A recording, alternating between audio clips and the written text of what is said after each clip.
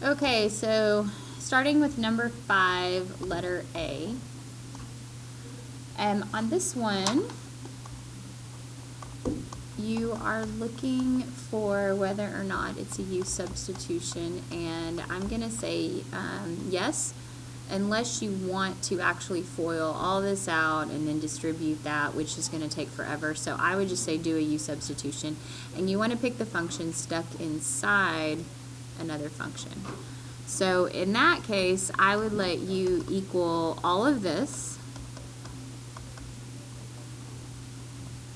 and then that way your derivative is right here. Oh, that goes away.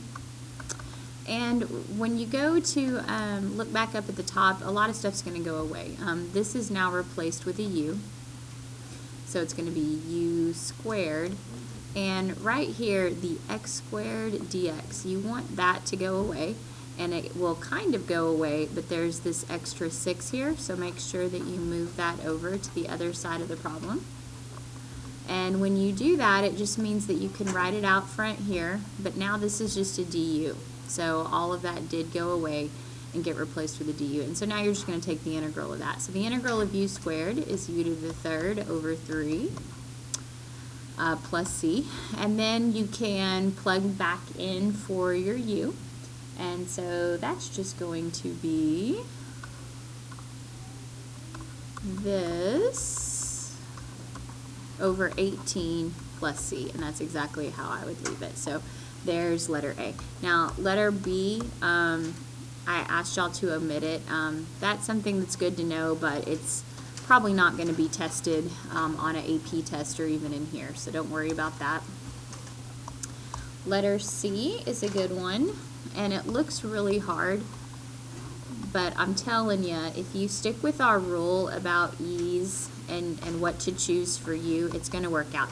So I made a big deal about E, and if you're looking for what to choose as the U, 99% of the time you're going to choose the exponent as the U.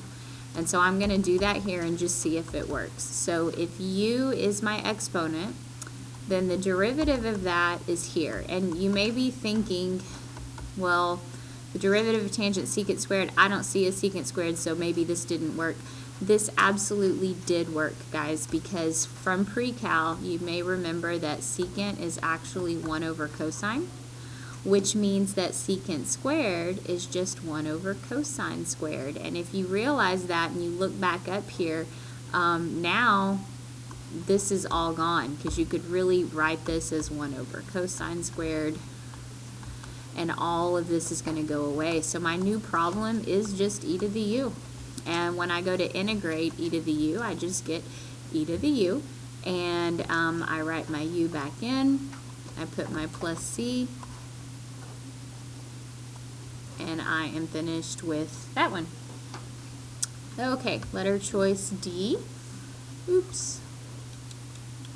Okay, for D, okay, so for letter choice D, when we're looking at this, trying to decide, you're not allowed to split this up because it's all under a radical.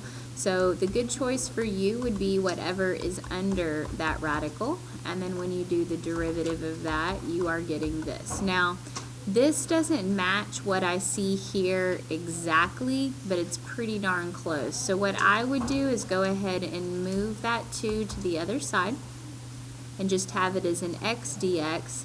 And then what I could do with this 4 is, since that 4 is just a coefficient, that can actually be thought of as being in the front of the problem.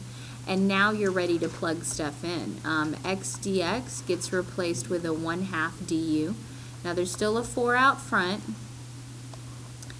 and now instead of x dx, I'm going to write 1/2 du, and there's still a square root in the denominator, but now it's just the square root of u. So this is after you do all the replacing from looking over here. I'm going to put the 4 and the 1/2 together as a 2, and I'm actually going to rewrite this as u to the negative 1/2. That's just going to make it easier to do a power rule on, or a backwards power rule. So now I'm going to do the normal integration stuff. Add 1, so that'll be u to the 1/2. And instead of putting over 1/2, I'm going to put times 2 over 1. There's already a 2 out there, and so this turns into 4 u to the 1/2. Well, u is just all of that, and if it's to the 1/2, you can even write it back as a radical, and then plus c. So that should be our answer for letter D. Now moving on to E. Okay, I've got 3xe to the x squared. So same rule as before. If you're dealing with E, choose the exponent. And when you do that, we get 2x dx. Okay, so when I'm comparing the x dx, I like because I see it right here. That 3 that you think is a problem is not a problem because it's a coefficient, so you can write it out at the front. And now I'm just replacing all of this. So this becomes 3 integral the x dx. I'm going to replace with a 1/2 du. Again, I had to move that 2 off to the other side. And then it's e to the u. Okay? So the 3 times the 1/2 is 3/2. And then the integral of e to the u is just e to the u. Okay? So we're actually taking an integral here. It's just the same thing. And then we plug the u in. So that would be my answer here. And it's actually better form to write that whole y equals in the front. I haven't been doing that, but I probably should have been doing that because we are finding the solution each time. Okay. All right, and then that was E. So F looks something like this. All right, you see in E, what should you choose as your U? The exponent. And if you know your derivatives well, you know that the derivative of secant is secant tangent, which means all of this is about to go away and get replaced with a du. So it's just e to the u, du. The integral of e to the u is e to the u plus c. And then we plug our u back in.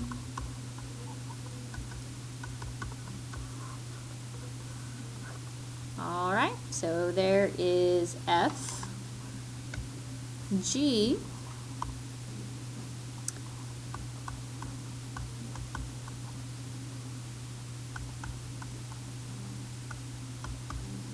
okay, so if this is G, it doesn't look like it needs a U sub, but keep in mind, guys, there's no plus or minus here, so it does still need a U substitution. This is stuck inside the sine function, so I would choose all of that as my U, since that's the thing stuck inside of that. So I'm going to let u equal x to the 4th, so the derivative of u is going to be 4x to the 3rd dx, which is nice because look, there's an x to the 3rd, there's a dx, so all I have to do is move my 4 over as a 1/4. Just divide it off to the other side. And so when I rewrite this, it'll just be 1/4 sine of u du. So I had to recopy the word sine because it never showed up down here. So I had to recopy this, but this is now a u, and all of this is replaced with the 1/4 du. All right, integral of sine is actually negative cosine. And the cosine, or I'm sorry, the u in this problem is x to the 4th. So y is equal negative 1/4 cosine x to the 4th, and then plus c. All right, so H. Okay, for H, we're looking at a definite integral, so this may take a little longer. And we're given sine x, cosine x, dx. Okay, there's two ways you can do this, and I don't know which way y'all chose, but honestly, you can be either sine or cosine. It's whatever you want to do. I'm actually going to choose my u as the sine. That way, when I do the derivative, it's just a positive cosine, and then that lets me rewrite this problem as just the integral of u. And I need to make sure I do an integral now. So the integral of just like both of those are just gone now, and it's just the integral of u, which is just u squared over 2. And we're going to do that from pi over 2 to pi. And my u, in this case, I had chosen sine. So it's going to be sine squared x over 2 from pi over 2 to pi. And now I do the whole fundamental theorem of calculus. I'm going to plug in the top bound minus I'm going to plug in the bottom bound. And if you don't like where I'm writing my squared, if that messes with your head, then put the squared around the whole thing. It's the same thing to do this. Okay, those are the same thing. And maybe that's a little bit easier to think about, because if it's on the outside, then you'll know that you need to take the sine of pi first, then square that. Okay, so sine of pi is the y value at pi, at an angle of pi, and that is 0. So this is 0 minus, now I need the y value at pi over 2, and pi over 2 is up here. Okay, so the y value up there is a 1. 1 squared is still 1, and then over 2. So it looks like the final answer for this is a negative 1/2. Okay, letter I, the integral of 5, 2x plus 3 all over dx. Okay, so this looks weird. You can't split it up because you can't, because there's 2 terms in the denominator. So instead, I need a u substitution. Choose the denominator, because there's a funky function on the bottom, and then the derivative would be 2 dx. Now, this says 5 dx, this says 2 dx, so I'm going to divide off the 2 from both sides, and I'm going to take this 5 and move it out in front of my integrand, just like I've been doing on the other ones. If I don't like that number, just move it out front. It's just a coefficient.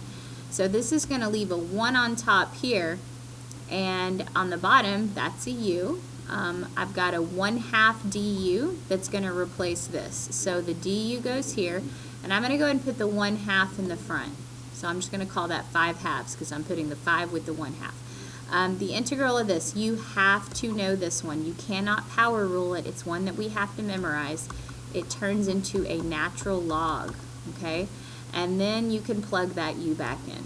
So the final answer, y equals 5/2 natural log 2x plus 3 plus c.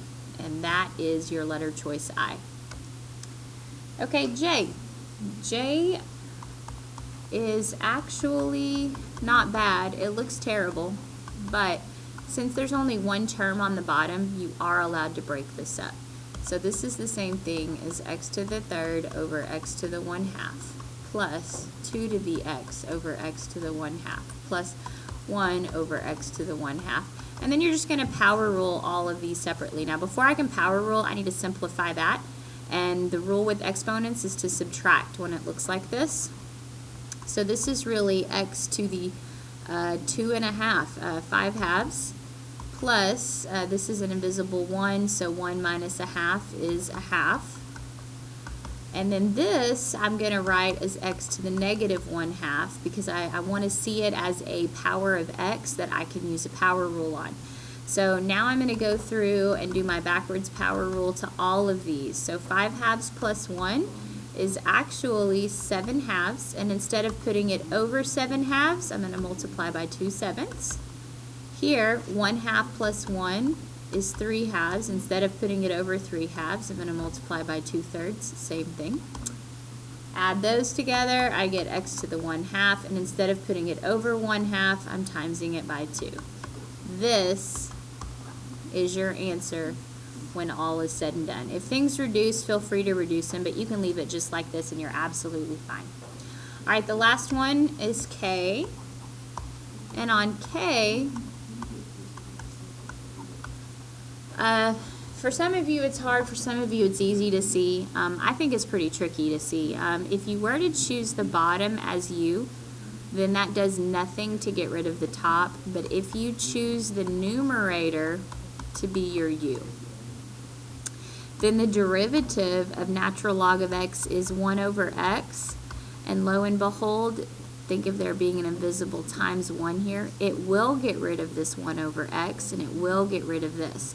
So this whole thing as a rewrite will turn into the 1 over x dx is gone, and it's replaced with a du, and then ln x is replaced with u.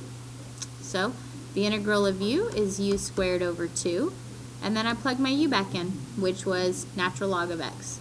So natural log of x, all of that squared over 2 plus c. And that is how we deal with letter K. All right, come see me if you have questions.